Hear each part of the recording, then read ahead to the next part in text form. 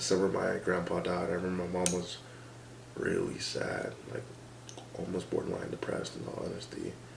You could tell she loved her dad, she's very connected. I wish I was as connected to her, like my grandpa's, as she was, and it was pretty sad.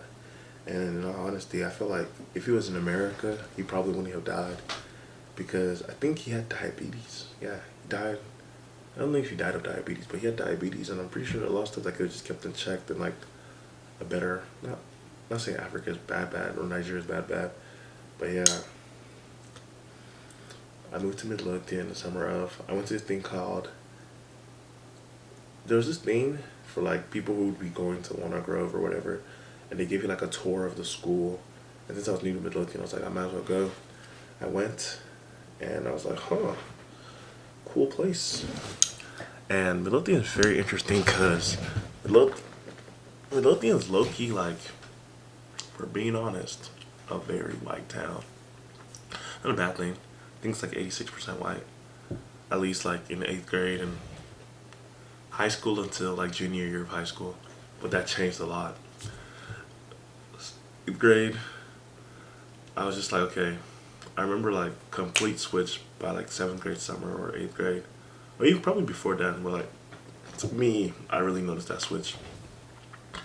Going to Walnut Grove, we had this principal called Mr. Blackwell. Mr. Blackwell, the GOAT, he made it an effort to make sure that every kid felt known. He knew my name, and I just moved to Midlothian. Like some of these kids have been going. His wife was actually the principal of like the elementary school, so like stuff like that. But like he made me feel seen. He knew my name, always said hi.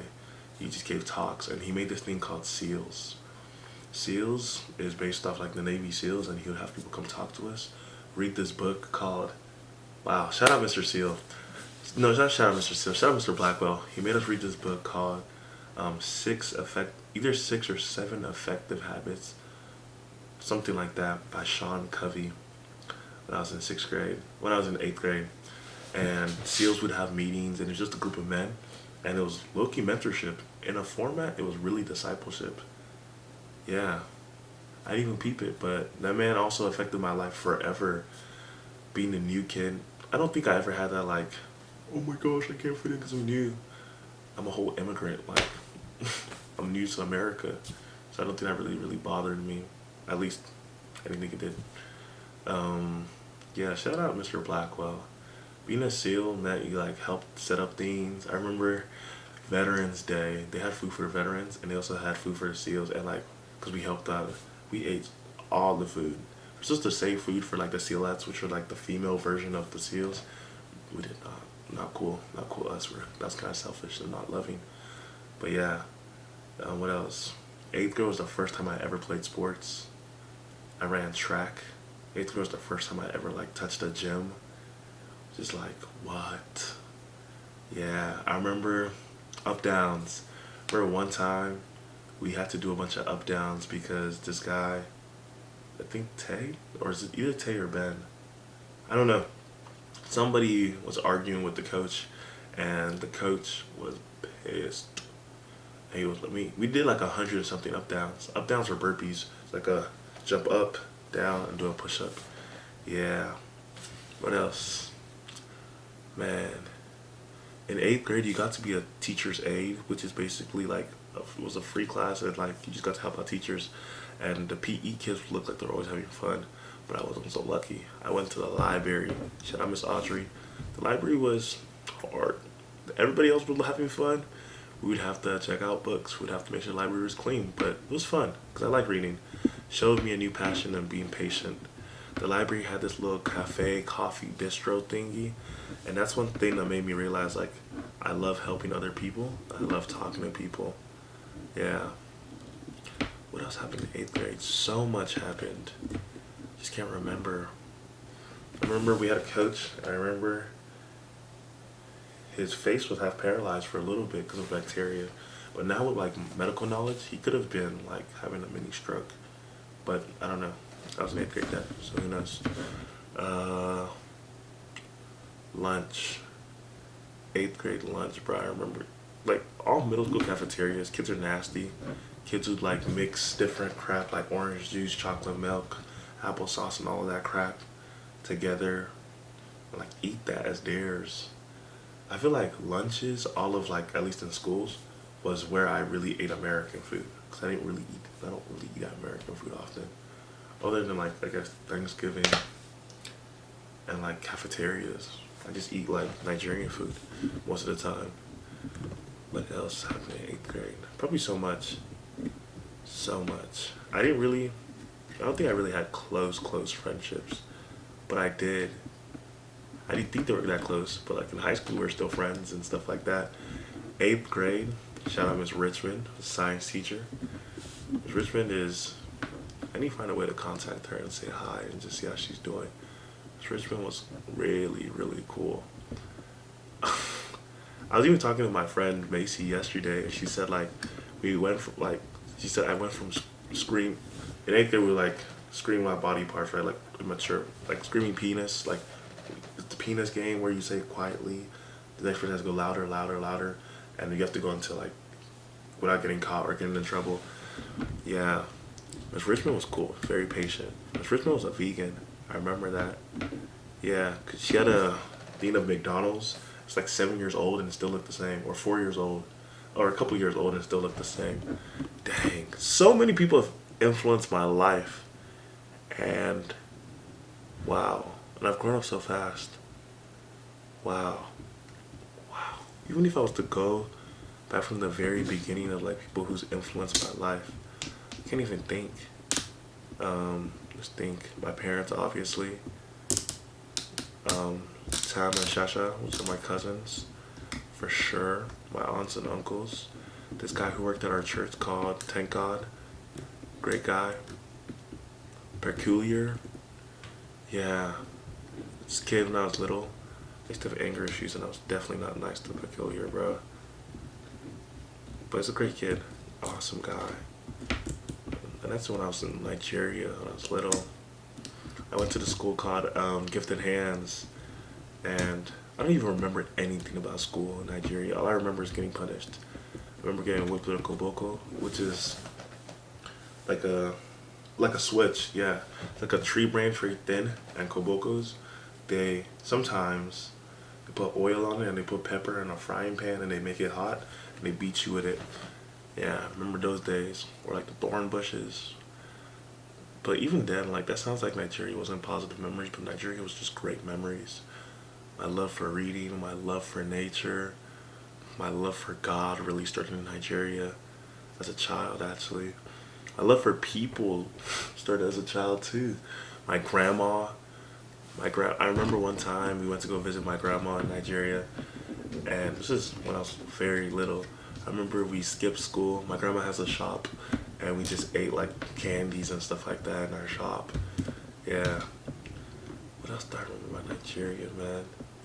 I need to actually go back to my roots, as in like just see where I'm from again and talk to more people. At the end of the day, I feel like my core purpose is just to talk to people, get to know people. And that if I'm not doing that, I don't feel like I'm fulfilling myself. Even as I'm talking to myself, so I can remember this, it's good, but it doesn't feel as useful as whenever I'm talking to someone else. I don't know how people are able to like talk so much.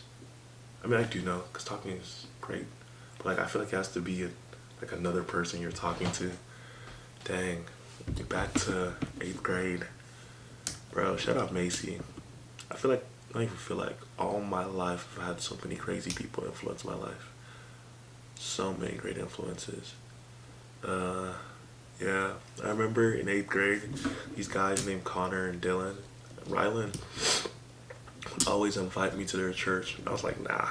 I was like, I already have a church. Why would I go to your church? And stuff like that. And freshman year, we're gonna time skip. And if I remember stuff, I'll just come back. Freshman year, I went to their church and they had this thing called Wake Weekend. Dang, I'm getting old. Wake Weekend was so much fun. Like, so much fun. We got to know our word, got deeper in our faith. It was just good getting to know the people. 'Cause I felt like I didn't really know the friends I had. I didn't really know them in all honesty. So Wake Weekend, I never had to sleep over at people's houses. I never like hung out with these people. I got to hang out more with my friends. Dylan, Mankins was there at the time. Rylan was there. I think Austin was there. I don't know if Colton went to that, but who knows? I don't really remember. Ah, dang, I gotta take more pictures and look back. This is good. This is really, really good. In the future, this is gonna be harder to remember. Wake weekend was great. Wake weekend was great. What was freshman year like? Style was terrible. Haircut was terrible. I played football freshman year. Yeah, haircut was terrible. I wore these jeans from J.C. Penney that had like paint splatter on them. Terrible. Horrible. Style was terrible. I was part of this 8th grade summer. I applied to this thing called Midlothian Collegiate Scholars, and you get to take college classes, and that's how I graduated with my associate degree, and that's future speaking. But yeah, did that. It was good. Midlothian is a great place to live. Or I've been very fortunate to just be blessed to meet all these awesome people and just grow up in such a great place. It's a quiet town, but not too quiet, but really quiet at the same time. It's not anything crazy. Small town rivalry with like the other high school. Yeah, okay, 9th grade. Dang, 8th grade was fun. 8th grade, you have this thing. It looked like a field day. I guess it's, yeah. In and out truck would come. You'd buy like a $5 pass and you get free, and not free, but like you get in and out and another thing. It was great. It was great. It happened each semester. There was a thing called No Zeros parties in 8th grade. Dang, shout out Mr. Blackwell and Miss Willery, bro. And the other stuff I can't really remember. But Miss Richmond was my 8th grade social studies teacher. I remember in 8th grade, this guy named Jack and Dirk, they fought each other. No, they were playing around though. But like, Dirk threw a table, Jack got my belt and beat Dirk. Dang. Wow. Crazy. I'm trying to remember more. I remember this one time, this kid named Austin, and some other kid, I don't remember his name. But I'm literally seeing it in my head play right now, but I can't remember his name. I remember, I don't know, I don't even remember for real. 8th grade, the locker room was disgusting. Some people did not shower. Absolutely nasty. Very, very nasty. Take a shower, kids. Don't be weird. Okay, 9th grade. Okay, I said the wake weekend was great. I had a crush on this girl in 9th grade. We could have been better. We could have been. It's okay. All those things are development. Oh man, if we talk about crushes, we go way back on that, man. Mitchell and just finding women beautiful has just way back on that, like craziness. What else? 9th grade, like, dang, I don't even remember. Wow. What's her name? English teacher. Weaver, Miss Weaver. Miss Weaver was our English teacher. Nobody. I didn't like Miss Weaver because it was hard. And like, it was actual effort. I didn't like English at the time. Still kind of don't. But just because you don't like something doesn't mean you shouldn't do it.